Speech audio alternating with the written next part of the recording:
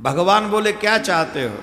बोले महाराज क्या चाहेंगे, देवता हमें दैत्य हमें बार बार मारते हैं और हम हार जाते हैं, हम क्या करें, हमारे तो आप ही रक्षक हो। तो भगवान ने कहा कि तुम एक काम करो, दैत्य और देवता मिलकर समुद्र मंथन करो, दैत्य और देवता मिलकर समुद्र मंथन करो। बोले समुद्र मंथन दैत्यों के साथ? बोले हाँ। उससे अमृत निकलेगा, वो पान करना। बोले अमृत तो बाद में निकलेगा ना, इन दैत्यों के साथ मंथन कैसे होगा, वो कृपा करके बताइए। हम पूरब को चलते हैं, वो पश्चिम को चलते हैं, उनके साथ हमारा और इनका कोई मेल ही नहीं है, कैसे मिलके समुद्र मंथन करेंगे? बोले तुम्हारा नाम है स्वर, तुम हो सुर, वो है असुर। सुर और असुर, और स्वर का मतलब स्वर, अगर तुम सुर हो, देवता हो, तो देवता उसी को कहते हैं जो अपना काम बना के निकल जाए। तुम्हें काम बनाना चाहिए। बोले महाराज कैसे, हम बात को समझे नहीं, हमें आप समझाओ। तभी तो बोले कि देखो, अगर बात बनती हो मीठी बाणी बोलकर या किसी और एंगल से, तो पहला उद्देश्य होना चाहिए अपना काम बना। बोले महाराज आपकी आज्ञा सिरोधार्य। भगवान ने उदाहरण दिया एक बहुत अच्छा। बोले समय समय पर कभी कभी छोटा भी बन जाना चाहिए। तो दैत्य और देवताओं ने मिलकर सुमेरु पर्वत की रही बनाई, वासुकी नाग की रेती बनाई, वासुकी नाग की नेति बनाकर समुद्र मंथन प्रारंभ हुआ। और यहां पर एक बहुत सुंदर चीज हुई। जब समुद्र मंथन होने लगा तो समुद्र पृथ्वी में पर्वत जो है वो समुद्र में धंसने लगा। और जब समुद्र धंसने लगा, पर्वत धंसने लगा, तब देवताओं ने भगवान से प्रार्थना की कि जब ये पर्वत ही नहीं रहेगा, रही नहीं रहेगी, तो मंथन कैसे होगा? तब भगवान ने कच्छप रूप अवतार धारण किया। बोलो कच्छप भगवान की जय। कच्छप अवतार लेकर भगवान ने अपनी पीठ पर सुमेरु पर्वत को धारण किया, और फिर सुमेरु पर्वत उनकी पीठ पे रहा, तब जाके समुद्र मंथन प्रारंभ हुआ। परीक्षित जी हाथ जोड़कर, गुरुदेव कुछ पूछना चाहता हूं। हाँ हाँ पूछो।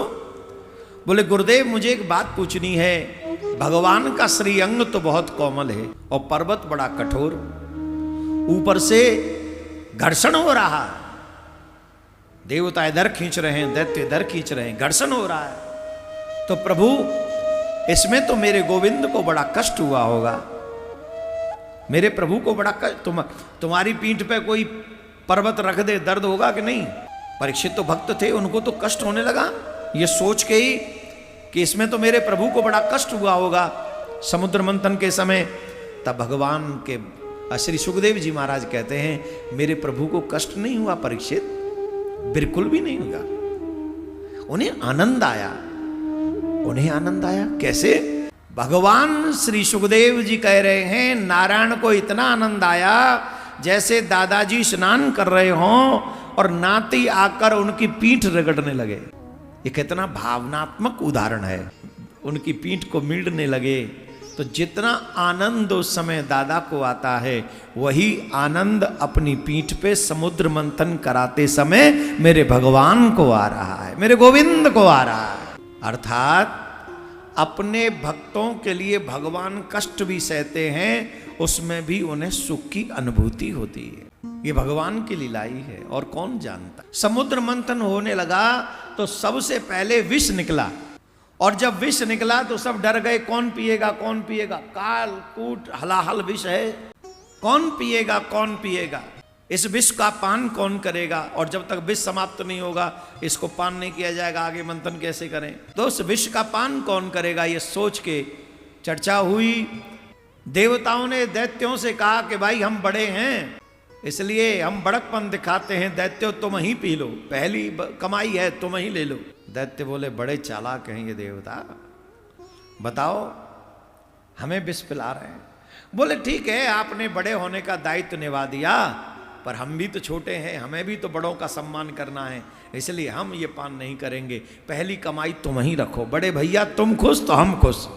देवता बोले लौट के मुसीबत हमारे ही गले पड़ रही है, अब क्या करें, कहाँ जाएं। तब नारायण भगवान ने प्रेरणा दी कि अगर इसको कोई पान कर सकता है तो सिर्फ महादेव पान कर सकते हैं। बोले शंकर भगवान की जय।